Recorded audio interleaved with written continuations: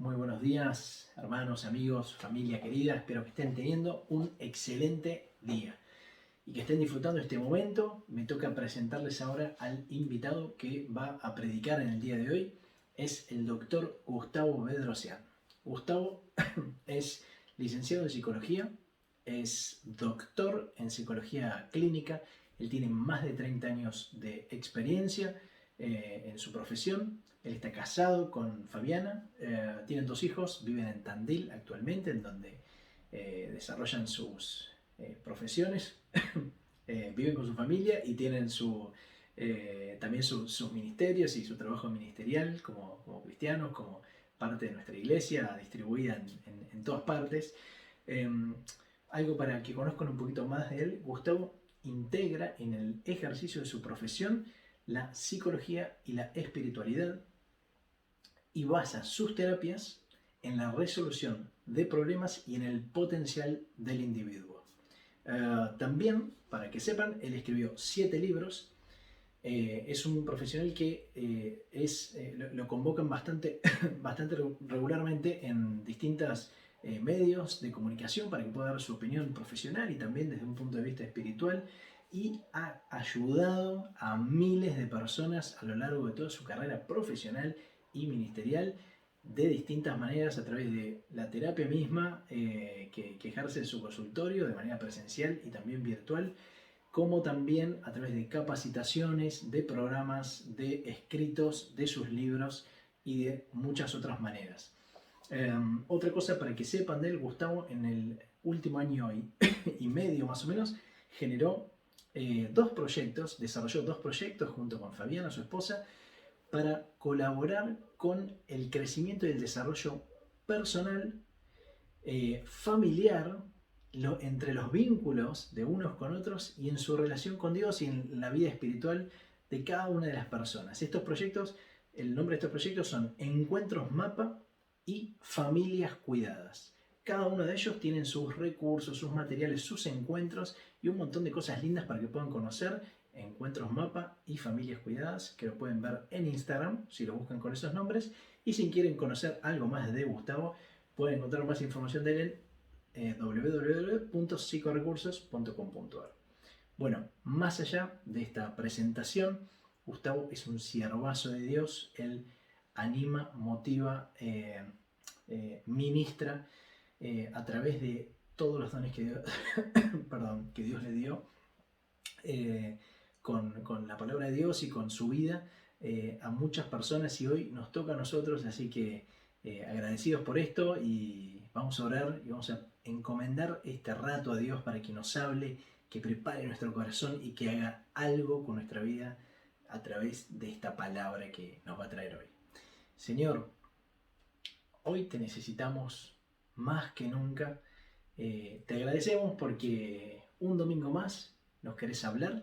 Eh, Te pedimos que bendigas a Gustavo, que bendigas sus palabras, las que él ya preparó, estudió, oró para poder compartirnos hoy, y que hagas que nuestro corazón sea un terreno fértil para que lo que vos quieras decirnos sea una semilla que genere fruto.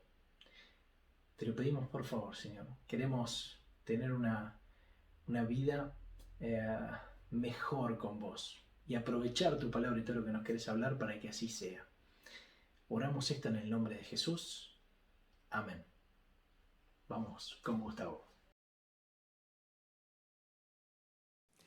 Bueno, es una inmensa alegría para mí poder compartir con ustedes una palabra. Me pidieron que reflexionemos juntos durante algunos minutos sobre el cristiano y la salud mental. Y muchas veces hay gente que me pregunta de algún modo u otro si un cristiano puede tener problemas de salud mental. Y bueno, para mí es como si me preguntaran si un cristiano puede tener problemas en el hígado, si puede llegar a tener algún problema en las piernas o en cualquier parte de lo que es todo su ser. La mente tiene que ver con nuestro cerebro, el cerebro es parte de nuestro cuerpo, de todo nuestro ser, y por qué nosotros no habríamos de tener a veces problemas mentales.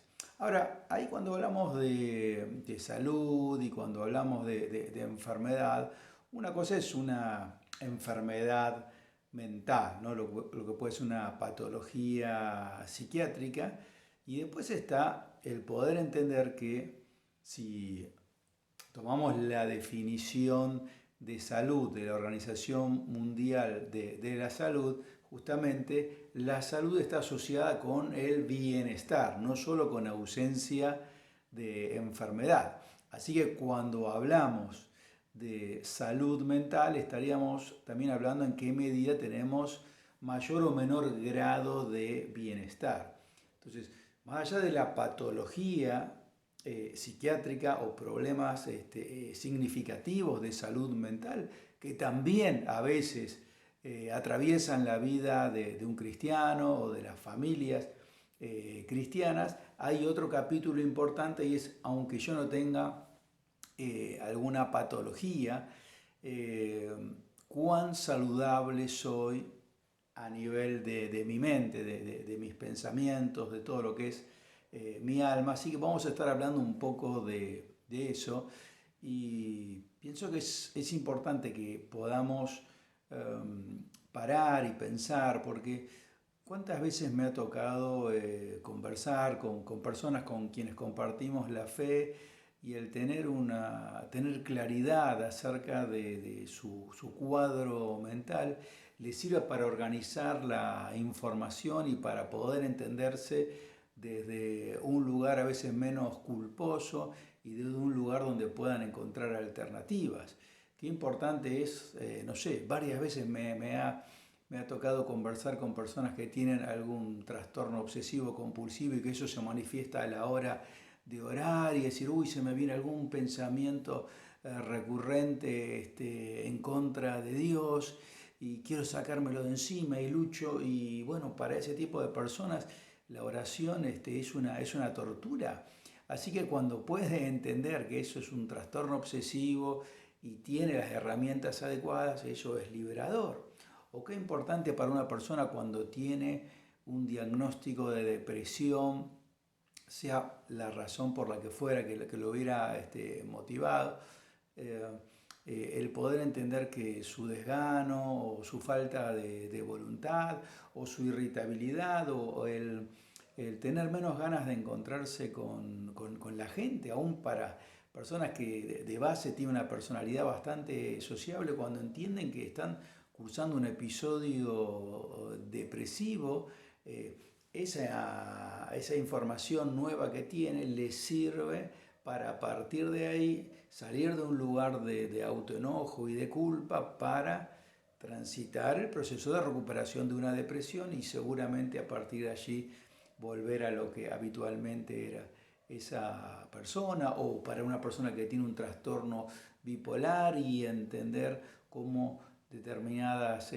promesas que se hace cuando esa persona está eufórica y después no se pueden cumplir en el valle de la depresión, no tiene que ver con que es una persona mentirosa, sino que es una persona que tiene un trastorno psiquiátrico. Ahora, esto no tiene que ser material que algunos utilicen como para excusarse de unas falencias claras que tiene a veces nuestro carácter, que es distinto cuando hay un trastorno psiquiátrico. Entonces es importante entender que hay cosas que nos pasan y que a muchos cristianos le suceden, ni que hablar en este tiempo de pandemia, donde los terapeutas estamos acompañando a todo tipo de personas en ataques de pánico, cuadros de angustia y ansiedad, trastornos depresivos, y cuán saludable es para aquellas personas que en su comunidad de fe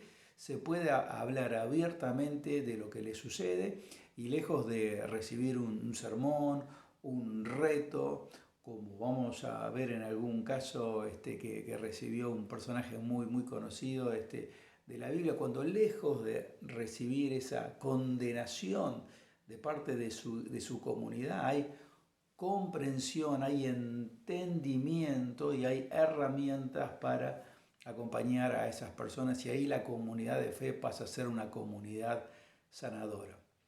A mí me encantan los salmos, me encantan los salmos, porque quiero leerles, compartirles algo de un salmo. Vayan ahí los que tienen Biblia buscando el Salmo 55.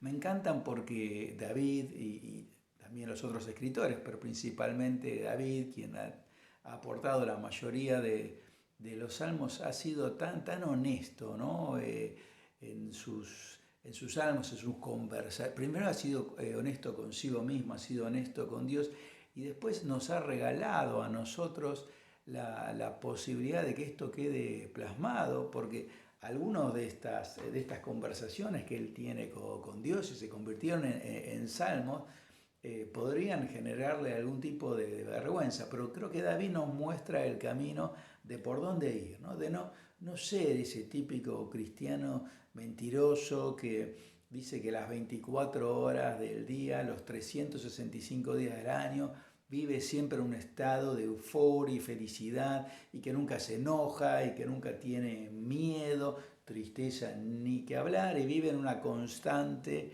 alegría. Bueno, David y muchos de los personajes que encontramos en la Biblia han sido personas auténticas, y eso es fundamental, es un rasgo fundamental de salud mental, la autenticidad. Mira el Salmo 55, es una descripción tan vívida de alguien que atraviesa un cuadro de angustia, de ansiedad. Salmo 55, mira, te voy a ir leyendo algunos versos. Desde el verso 1 dice: escucha mi oración, oh Dios, no pases por alto mi grito de auxilio. Estoy leyendo desde la NTV, la Nueva Traducción Viviente. Por favor, escúchame y respóndeme, porque las dificultades me abruman. Está ahí abrumado David. Mis enemigos me gritan, me lanzan perversas amenazas a viva voz, me cargan de problemas y con rabia me persiguen. Además de estar abrumado, se siente perseguido. Mirá lo que va a decir ahora con respecto a los síntomas físicos, de cómo a veces nuestro estado mental y emocional se lleva al cuerpo. El verso 4 dice así: mi corazón late en el pecho con fuerza, me asalta el terror de la muerte. El miedo y el temblor me abruman y no puedo dejar de temblar. Aquella persona que ha experimentado algún ataque de pánico sabe muy bien de qué se trata esto, ¿no? Bueno, habla de sus deseos de huir en el verso 6, ¿no? Muchas veces en la ansiedad viene la búsqueda de la evitación como un modo de bajar ese nivel creciente de ansiedad. Dice el verso 6, si tan solo tuviera alas como una paloma, me iría volando y descansaría, volaría muy lejos a la tranquilidad del desierto. El verso 11, el catastrofismo de David llega a expresarse en esta frase: todo se viene abajo. ¿Alguna vez te has sentido identificado con esta frase? David, en un pleno componente de pensamiento catastrófico, dice: todo se viene abajo. Verso 12, no es un enemigo el que me hostiga, eso podría soportarlo. No son mis adversarios los que me insultan con tanta arrogancia, de ellos habría podido esconderme. En cambio, eres tú, mi par, mi compañero y amigo íntimo. Cuánto compañerismo disfrutábamos cuando caminábamos juntos hacia la casa de Dios. Nos hidratamos un poquitito. Bueno, ha vivido encima un problema, una desilusión social, la traición de alguien cercano. Y así va diciendo, y del verso, léanlo todo, del 20 al 21 también describe esa experiencia de traición. Y ahí está David, expresando su cuadro. Ahora, este mismo David es el que va a decir en el verso 22, entrégale tus cargas al Señor y Él cuidará de ti. No permitirá que los justos tropiecen y caigan. Ahora, el Salmo 56, bueno, arbitrariamente esto se habrá ordenado de determinada forma, pero en el Salmo siguiente vas a encontrar nuevamente esta lucha entre miedo y confianza, miedo y confianza. Por ejemplo, el 56:13 va a decir, pero cuando tenga miedo en ti pondré mi confianza. Verso 8 del 56, y es hermoso esto, tú llevas la cuenta de todas mis angustias y has juntado todas mis lágrimas en tu frasco. Has registrado cada una de ellas en tu libro. Y va a decir en el verso 9, la segunda parte del verso 9, una cosa fundamental en el tiempo de la dificultad. Hay muchas cosas que no sabemos, en este tiempo donde todavía estamos atravesados, salpicados, inundados por la pandemia.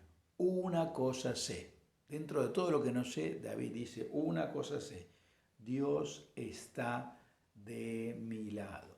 Y a mí me gusta leer la Biblia en una perspectiva integral, porque podemos leer a David diciendo en el Salmo 34, busqué a Jehová y Él me oyó y me libró de todos mis temores. Y podríamos predicar solamente desde ahí, o podríamos ir al Nuevo Testamento, donde Pablo dice que nosotros tenemos la mente de Cristo, leemos esos dos versículos, Antiguo y Nuevo Testamento, y nos cierra perfecto. Pero la verdad que cuando hablamos solamente en esos términos, lo que generamos es frustración, culpa, condenación para aquellos que en este momento no están viviendo eso, sino que viven lo que David dice en otros salmos, como en el 55, o cuando va a decir el terror me asalta por todas partes. Yo creo que ahí tenemos una de las claves, ¿no? Primero es el tema del autoconocimiento, el saber qué es lo que nos sucede, más allá de que eso nos guste o no nos guste. Wayne Cordeiro, un autor que me gusta leer mucho, él dice que nuestro primer compromiso debe ser un compromiso con la verdad. Si queremos ser personas saludables, familias saludables, una iglesia saludable, queremos impactar a nuestra ciudad para que sea una ciudad saludable, punto primero, importante, fundamental, tener la autenticidad que tenía David y el poder decir, no, ahora me está pasando esto. Y cuando podemos hablar desde ese lugar, podemos saber dónde estamos y podemos buscar ayuda, porque David de algún modo lo que estaba planteando en ese momento es, no estoy bien, me duele la traición de un cercano, tengo miedo, tengo todos estos síntomas físicos. Entonces, la verdad, sabiendo que la manifestación de la verdad también está la manifestación de la gracia. Y ahí me detengo un poquitito también en lo que a veces no hacemos bien y que a quién recurrimos muchas veces cuando hablamos de estos temas, a los maravillosos amigos de Job, el libro anterior en la Biblia, el libro de Job, donde, bueno, yo creo que les podemos rescatar a los amigos de Job que escucharon a Job, que pasaron tiempo con Job, pero hicieron algunas interpretaciones en nombre de Dios, que si uno lee esos versos sueltos, puede llegar a conclusiones o a doctrinas realmente preocupantes, porque uno puede un día agarrar la Biblia y decir, bueno, voy a leer Job 34, a ver qué dice la palabra de Dios. Y ahí nos encontramos a Eliú, un amigo de Job, que dice cosas como vamos a encontrar en Job 34, 10 y 11. Escúchenme, ustedes que tienen entendimiento. Todo el mundo sabe que Dios no peca. El Todopoderoso no puede hacer nada malo. Él paga a las personas según lo que hayan hecho, las trata como se merecen. Y le va a decir un poquito más adelante en ese mismo capítulo, versos 36 y 37, a su amigo Job. Job, te mereces la pena máxima por tu manera malvada de responder, pues a tu pecado has añadido rebelión, no muestras ningún respeto y dices muchas palabras de enojo contra Dios. Y le sigue dando y le sigue dando. Por ejemplo, vamos al capítulo 36 y el verso 21, anoten todos estos pasajes para después estudiarlos. Dice, mantente en guardia, apártate de lo malo porque Dios envió este sufrimiento para protegerte de una vida de maldad. Y uno puede leer esto suelto y decir, seguramente, entonces todo lo que me está sucediendo, según la palabra de Dios, es por mi culpa. Y a Job también le debe haber pasado eso. El sufrimiento es porque hemos hecho algo mal. Y en algunos casos puede ser. Dice en la palabra de Dios que los rebeldes habitarán en el desierto. Hay desiertos en la vida que son la consecuencia de nuestra rebeldía. Pero en este caso, si uno va al capítulo 1 de Job, se lo presenta a Job como un hombre temeroso de Dios y que lo que le sucedió tuvo que ver con una prueba de su fe y no una paga por el mal comportamiento o una mala vida. Esa es una teoría errada que tenemos del sufrimiento y que tan poco bien nos hace en relación a la salud mental, a la gente sermonearla. O la otra teoría que también a veces sacamos del libro de Job descolgadamente, es cuando Job dice, lo que temía, eso me sobrevino. Entonces decimos, claro, porque el temio le sucedió. Entonces, si yo tengo algún temor, mis emociones pueden generarme algún acontecimiento negativo en mi vida. Y nuevamente, si nosotros nos linkeamos, nos agarramos de esa teoría, nos estamos salteando la explicación del primer capítulo de Job, donde dice que la cosa no tuvo nada que ver con que él hubiera tenido miedo o que hubiera pecado. Ahora, fíjate lo que el Señor va a responderle a los amigos de Job. Por eso lo peligroso de agarrar la Biblia y leer capítulos sueltos y hacer de ello doctrina. Job 42, verso 7, por solamente leerte alguno. Ya está hablando el Señor. Dice, después que el Señor terminó de hablar con Job, le dijo a Elifaz el temanita, estoy enojado contigo y con tus dos amigos, porque no hablaron con exactitud acerca de mí, como sí lo hizo mi siervo Job. Entonces, estaban hablando en nombre de Dios y diciéndole en este caso a Job, a su amigo, que el sufrimiento era consecuencia del pecado, y en el capítulo 42, el verso 7, encontramos una explicación clara con respecto a esto.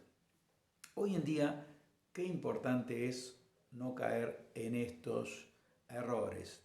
¿No? Teníamos por un lado el camino de la verdad y la autenticidad como camino hacia la sanidad. Y decimos, bueno, pero ¿por qué la gente muchas veces no se abre? Y bueno, porque encuentra, en vez de una bienvenida a ese riesgo emocional, un castigo, como le sucedió a Job. Entonces, este es un mensaje para nosotros como individuos y también para la comunidad, ¿no? El camino de la salud mental es un camino de apertura y es un camino de conexión, pero esa conexión solamente se da a partir de la salud también del que recibe para ser un transmisor de salud. Muchas veces para aquellos que no hemos atravesado o una depresión o que no hemos perdido una pérdida significativa, nos puede resultar muy tentador hablar desde nuestro lugar de comodidad. Y yo no digo que te puedas poner exactamente en el zapato del otro, porque eso es imposible. La empatía, el ejercicio de intentar ponerse en el zapato del otro es fundamental, pero tenemos que entender que estamos limitados. El otro transita con esos zapatos desde que ha nacido. Pero por lo menos,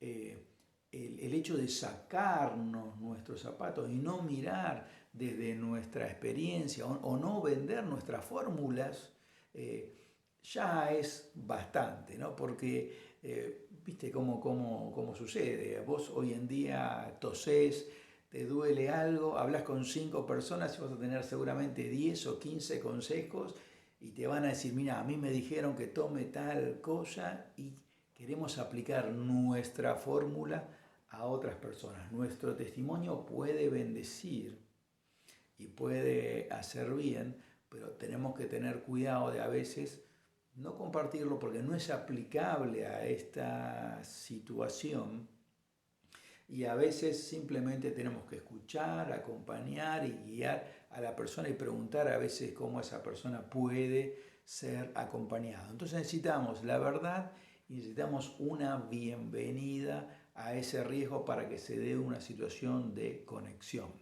Cuando hablamos de estos temas, muchas veces a mí se me ocurre pensarlo como una escalera con 4 escalones. Te lo comparto rápidamente. El primero es el de darse cuenta, el de registrar cuáles son las emociones que hoy están experimentando, que lo veíamos claramente en el caso de David. Bueno, ¿qué me pasa en este momento? Uy, tengo envidia porque tal persona está pudiendo hacer tal cosa y yo no puedo. Es feo reconocer tengo envidia, pero si querés sanarte de eso, podés reconocerlo, que no pudiste perdonar o que estás enojado o que estás atravesando una crisis que se ha puesto en evidencia a partir de la pandemia. Bueno, primer escalón, registrar lo que me sucede.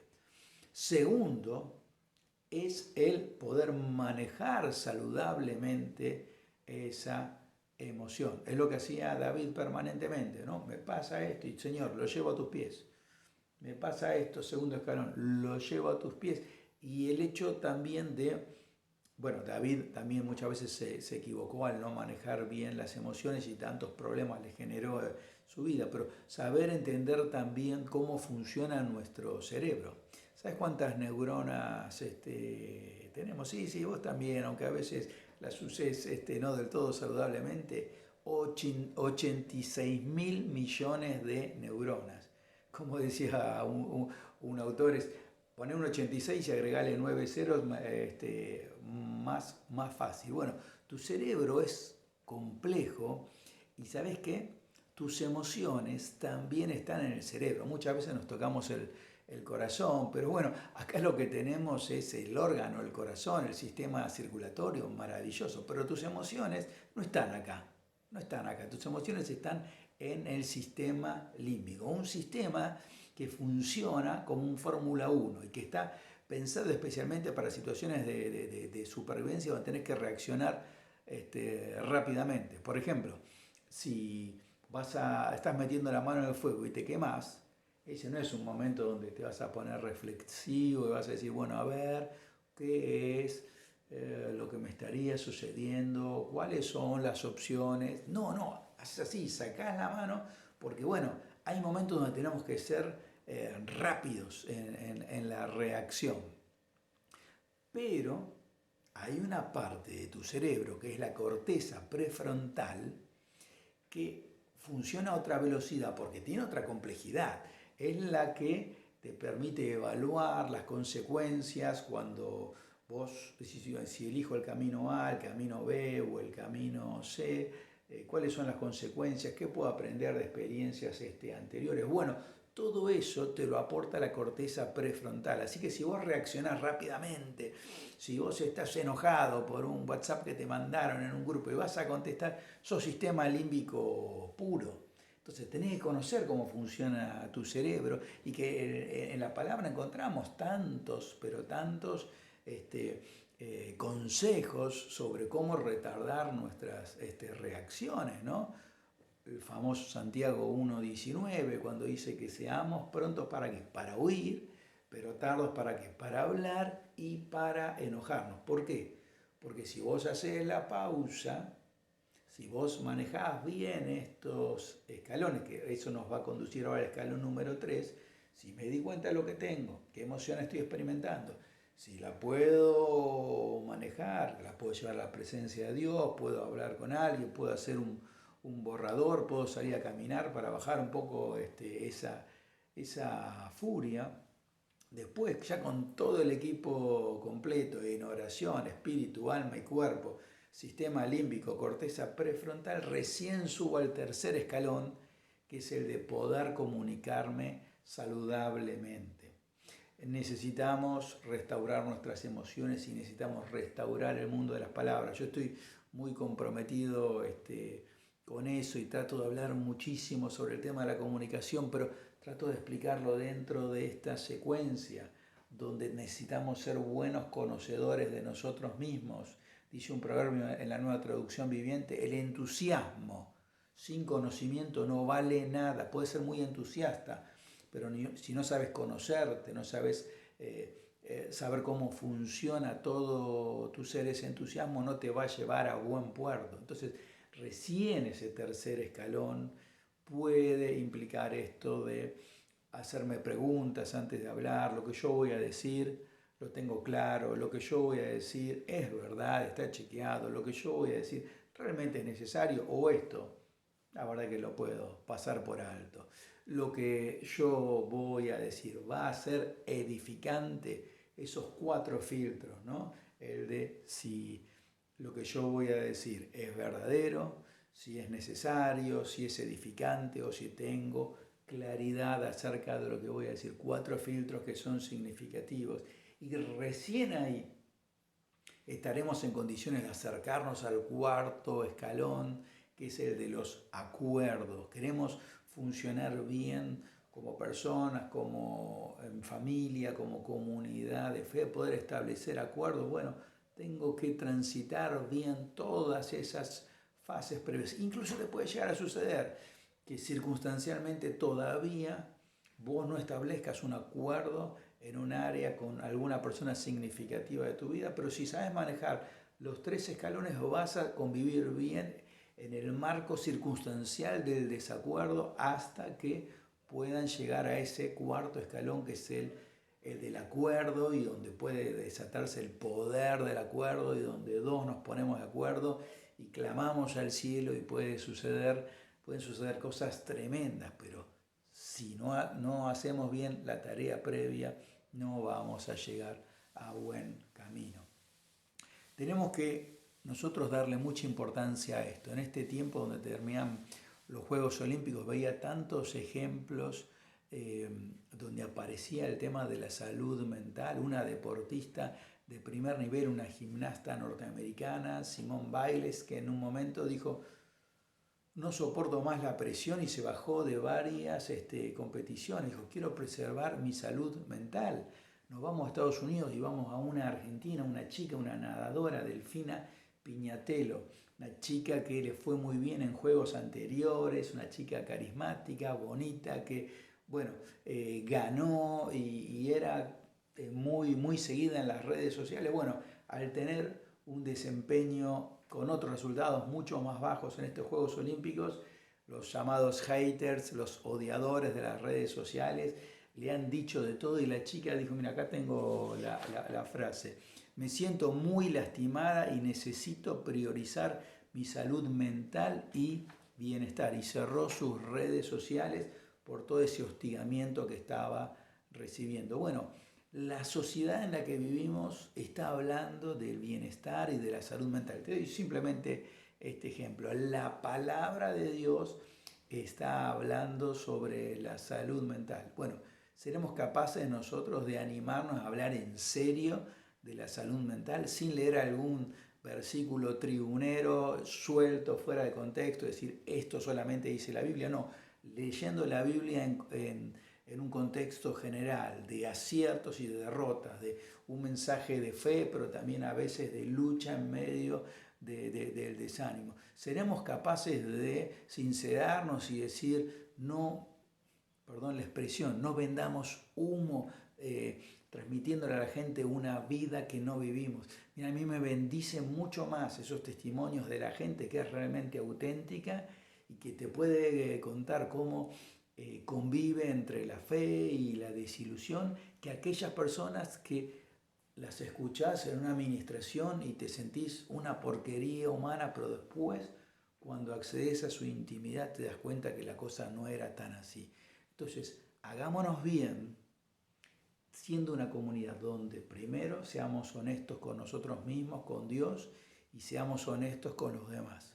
Y cuando alguien sea honesto con vos, que puedas generar ese marco de contención y de gracia y de sanidad para que desde ese lugar el riesgo, la bienvenida al riesgo nos lleven a ser una comunidad de fe cada vez más confiable. Bueno, espero que esta palabra te desafíe. Es simplemente un disparador, pero para que después vos lo puedas profundizar con la gente que te rodea.